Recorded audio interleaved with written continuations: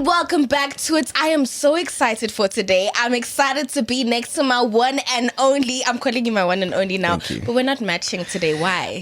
You know what? I thought let's just break it up a little bit, and then from the next episodes we'll be right back to it. I don't know if you guys have noticed, but Sibu and I literally have like this telekaneka cuckoos. Yes. Where like we come dressed the same and we do not ever plan it. Yeah. Next time, don't worry, Mdas. I had to shake it up a bit. Okay, so today we have somebody that, guys, she has shaken up the industry. She's one of those revolutionaries. She is a game changer and a make changer. Yes. Do you get what I'm saying? I see what She's you also do. my ex-boss, so I kind of have to be on best behavior right now because you know what I'm saying? It is the other Sibu, but I think we're going to have a debate about who is the main one.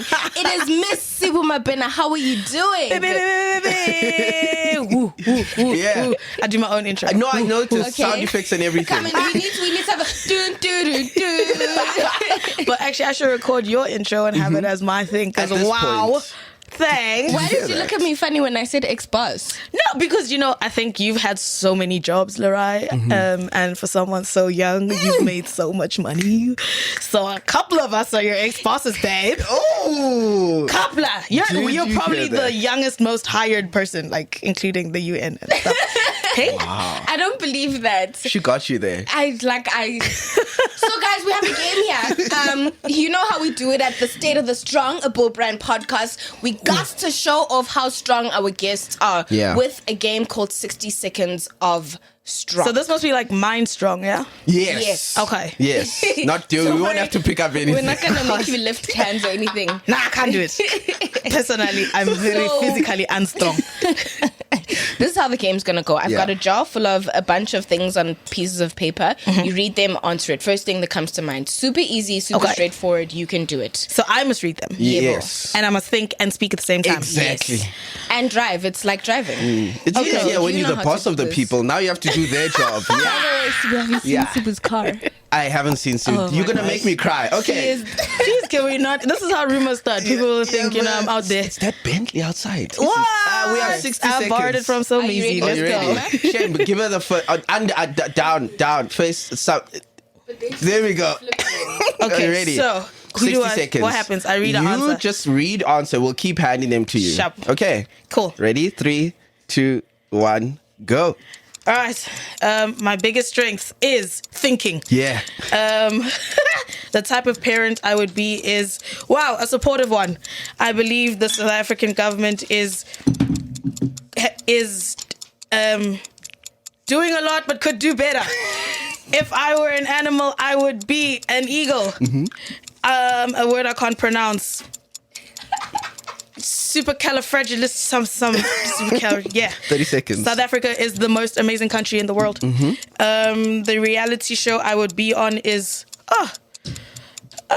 Strictly Come Dancing. Okay. If I had a superpower, it would be duplicating myself, being in 4 places at the same time. My most used emoji is the laughing emoji. If I won the lotto today, I would not tell anybody. 10 seconds. The youth of SA are freaking incredible. If I were president for a day, I would give. Yes, there's too many things. I would hire more people to do more things because we have a lot of things to do as a country. Time. Put that down, ma'am. Put it down. that down. Give me my money. Put that. Let's see. Let's count them up. That was pretty good. Thanks. I'm not gonna lie. That was pretty good. Okay, what do we got? These are really like 3, subjective. 4, 5, 6, 7, 8. 8, 9, 10, 11, 12. That's not bad. No, That's who not got bad. the most? No, don't worry about it. It's okay. You don't have to tell him. Okay, Let's who not got the ruin the least? interview before we even We're start. not going to talk about it. Okay, who got the know. least? I think it was Was it George or it was Hungani? I don't know. I can't remember. I mean, but as you're long as it wasn't me. No. You're like middle, above average, like round Above average there. is okay. Is it okay? It's okay. We there. can do Please above run back average. the tapes. I like that. Well, nothing you ever do is above average. The first time I ever met this woman, okay? We were shooting a front cover for a magazine. Since then, she has done things that make that look like child's play. Cover stars worldwide. I mean, it's what we do. And I really want to delve. I really want to delve into that. I think a lot of people know you as, how can I say it? The Sibu of the past maybe 5 to 10 years. They don't know that you've been doing this for a very long time. 15 years, I'd even say. Yeah. Can you tell us about that? How did that even begin? Hip hop dancing? Hip-hop Do people dancing, know right? that she was locking and pop? That's why I wore the outfits. I heard you were a hip hop dancer, so I was I like, was. how does that even start? So actually, in Croatia, I used to do ballet and modern dancing, and then got to grade 1, I started tap, and then I made friends in the dancing thing, and that became like my life. Dancing became my life as a kid.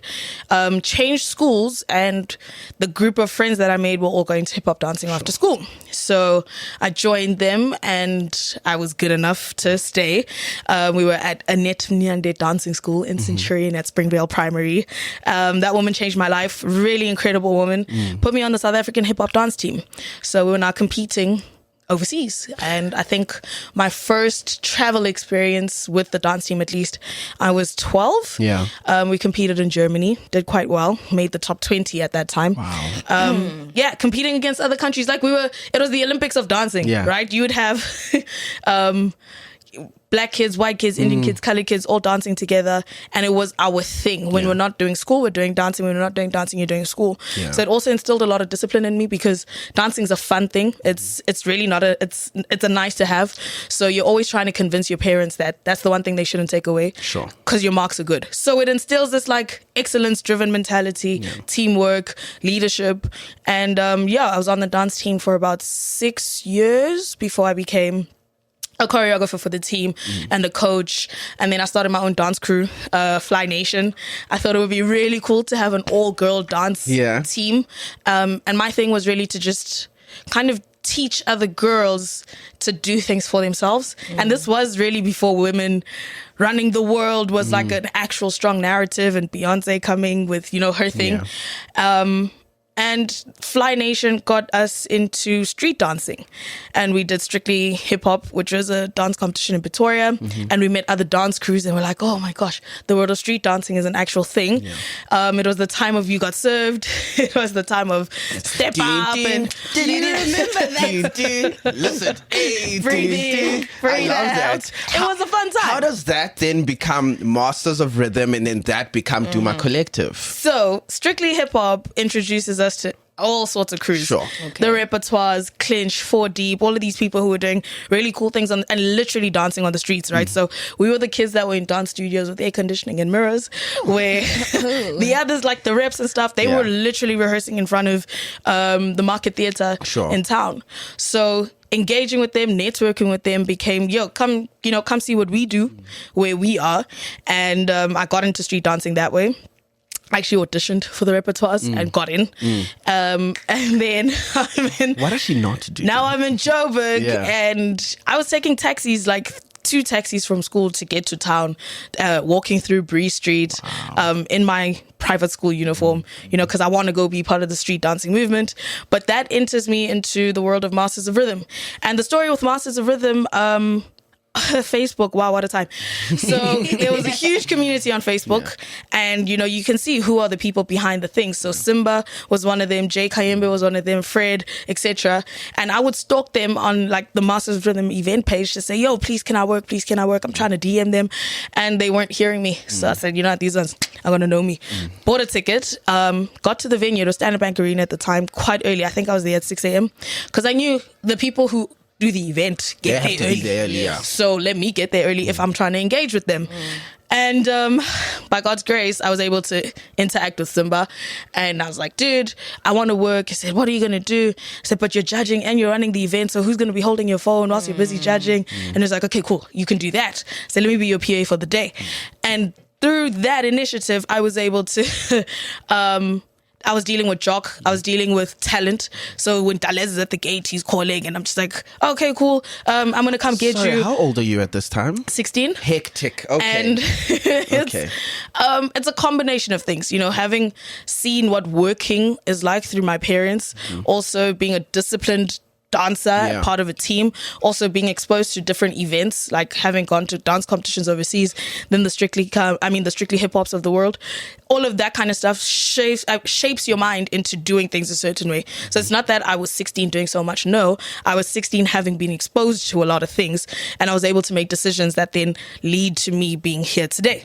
So Masters of Rhythm, networking, learning all sorts of things, but a really pivotal, I think, part in my journey was me becoming a bartender at the Sands.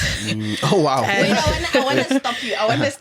Because wait, you see 16 years old. Yeah. Everything that she's just spoken about is the little snowball that created the avalanche.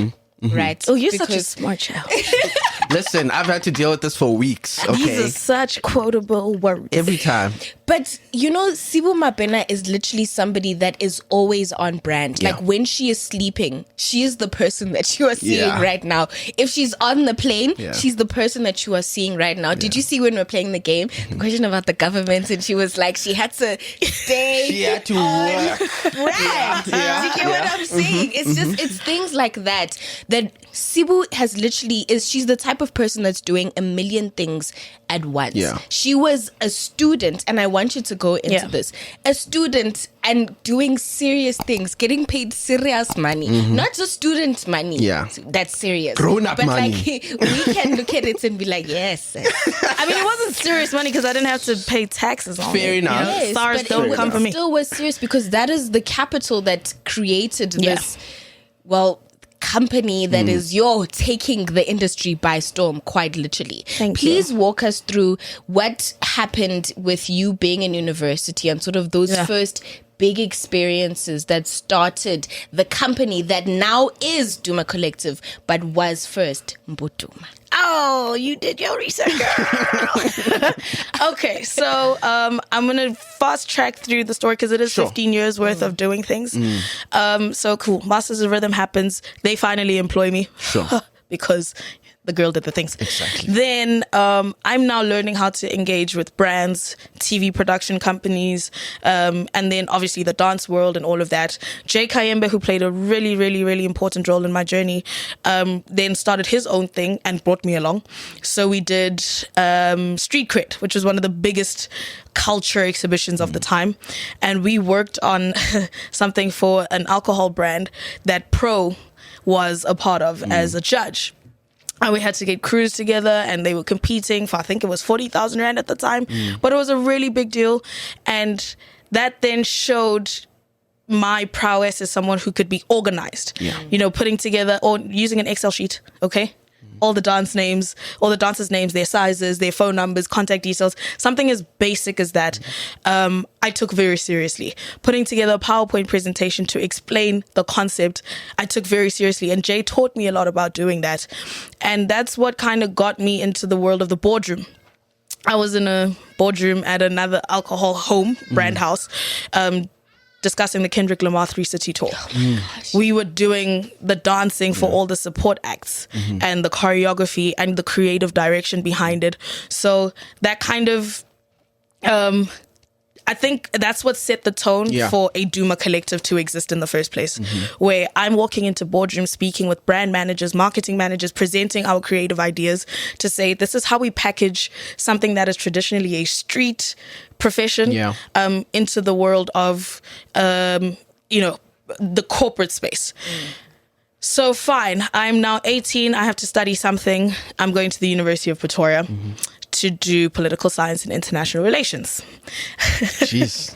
Because also I do come from two parents who were in exile fighting for this country, came back home, and all I've known just growing up was really like the world of what is our government doing to improve our lives.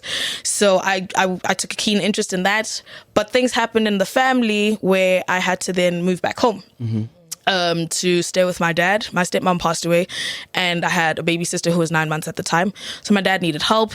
So I moved back to Joburg. This is in my second year, like the end of my second year. And I'm now staying with my dad. I have friends. I go out with them. They are DJing. I'm there not making money. They were making money. So I then asked for a job as a bartender. And the actual strategy behind it was that this is the land of where marketing managers, brand managers, artists, event promoters kind of converge. Yeah. And the venue is used as an event venue. The venue is used as a performance venue. The venue is used as a place where brands can push their products. So let me get into the ecosystem and see how I can fit in and become a player in this industry. Let me become someone who is needed. And I started running the social media accounts for the Sands. So what that means is every brand manager that comes in to throw an event needs to speak to me to promote their event. When Dimples or Sibs Jolly from Jolly Bird, so a Pop Bottles or a Good Sunday, comes to the Sands, I'm the one that they need to speak to. When a Teely, who used to manage Casper at the time, or a Refilwe for TKZ, etc., comes to throw a party, I'm the one they need to speak to promote the artists. As a bartender, I'm now serving their tables. I got to serve Thabo Sefoloshe from... he's an NBA player. When we threw the NBA game, he gave me a 2,000 rand tip because his bill was 20,000 rand. So Chris Brown, when he was at the Sands, I was serving their table. So it was just putting myself in positions where I would have the opportunity to engage with people and players in the game. So Mbuduma Communications, I did a documentary. So here's where my degree actually gets used in the context of marketing, entertainment. I used to do voiceovers. Oh, this story. Okay, so many things. You see how she did everything? Everything, literally. I actually had an agent called Jolene Martins. She's an actress, super amazing. And she put me on a project for a bank to do the training videos. And the production company then took a liking to me. And they knew that I had a politics degree, or I was studying politics or whatever. So a year, I think it was actually 3 or 4 months after my degree ended, I was actually waiting for graduation, funny enough. They called me up and they said, hey, we've got a research project. We're doing a documentary for the Gauteng legislature. 20 years of the legislature. You studied politics. You can also help us produce it. You know how we work. Cool. Now I'm in the room and they tell me I could get paid, because it was a 3-month project, I could get paid 30,000 rand a month, or I could wait till the end and get paid a lump sum. But also, if they're paying me as an individual freelancer, then they're going to tax me 28%. Okay. So then I said, but that doesn't work for me. Start a company. Give me time. Yeah. I'll come back to you with a solution. Registered a company. Got you. Got myself a bank account as a company, and the name Mbuduma is Tagazelo Saka Mabena. So it is our clan name, and I thought it would be really cool to have Mabena at my Tagazelo.com as my email address, because we're international. And like all of those things was just packaging myself and trying to present myself as a proper business versus the freelancer thing. So I have a company. I'm now able to be registered as a vendor on Global Access. But Global Access was a production company on their system, and now get paid as a company to company. I'm not saying evade tax, but it was the best way for me to get all the money possible at that time. And getting paid at the end of the project, 90,000 rand, I didn't know at that time, is what would really set off the wheels of Duma Collective being able to function like other agencies who are not black owned and have had the privilege of access to capital ahead of us. So I'm 21 at the time, 90,000 rand in my company bank account. And remember when I spoke about the other boardroom I was in for the dancing thing? There was a brand manager in there who really took a liking and I think became passionate about youth empowerment because of how difficult it was for youth to get into these spaces. And he moved to another company and got there and had a project, and he thought of me. And he was like, dude, are you able to do this thing? I'll actually credit him. His name is Jean-Dimitri van Dijk. What an incredible human being. And he gave us a chance. A chance, because it was just me at the time, and said, yo, this project, you could get paid 350, but we can only pay you after 30 days. But now I need to be able to do the work before the 30 days. I have 90,000 rand.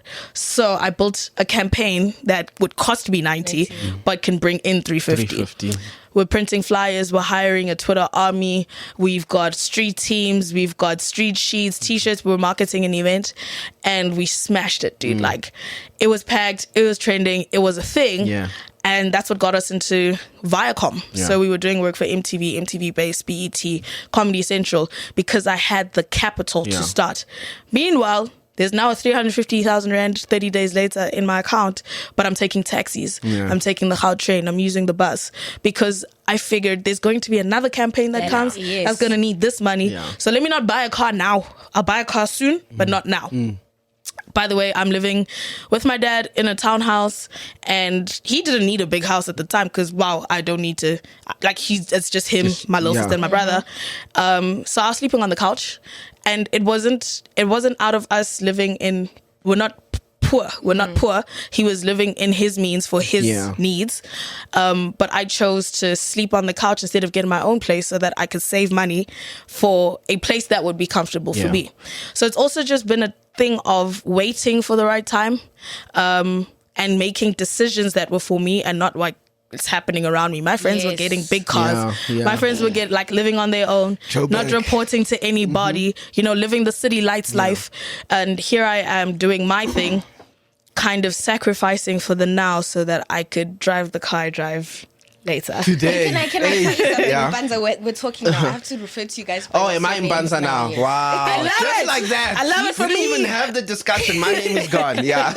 So this is the thing about Miss Sibu Mabena is that it's her superpower, it's her strength, right? And it is so influenced by the nature of South Africa.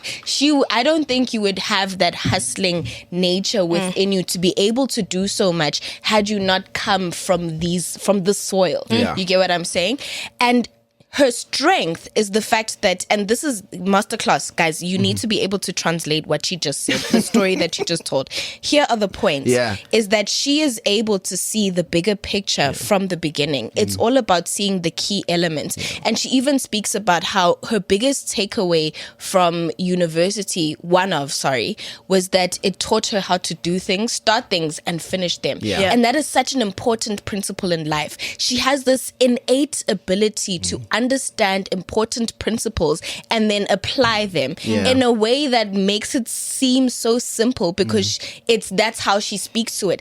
And that's how she's been able to run a successful company and translate it to everybody that works with her. It's because she just knows how to make this big thing seem so simple and doable.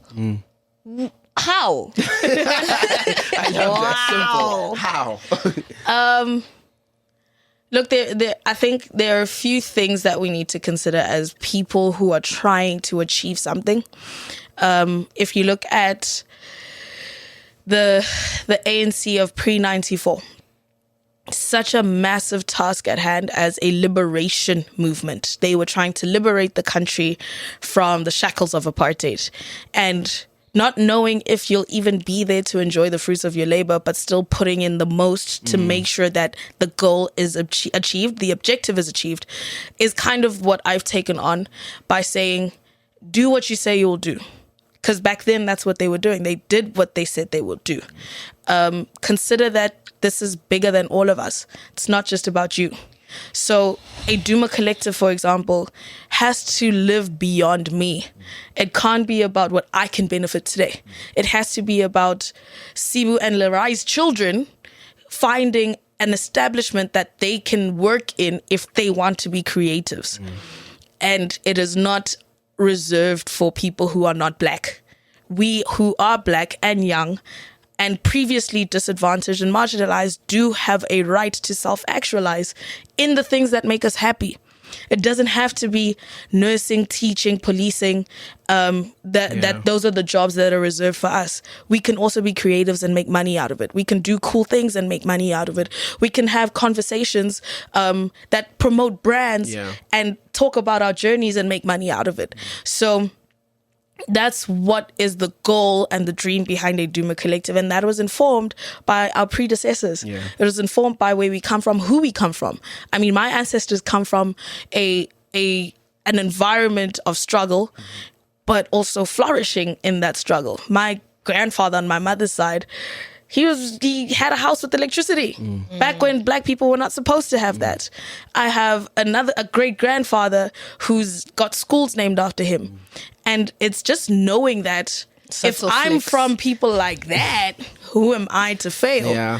So if I'm surrounded by other people that I can motivate and be an example to, then who are they to fail? Yeah.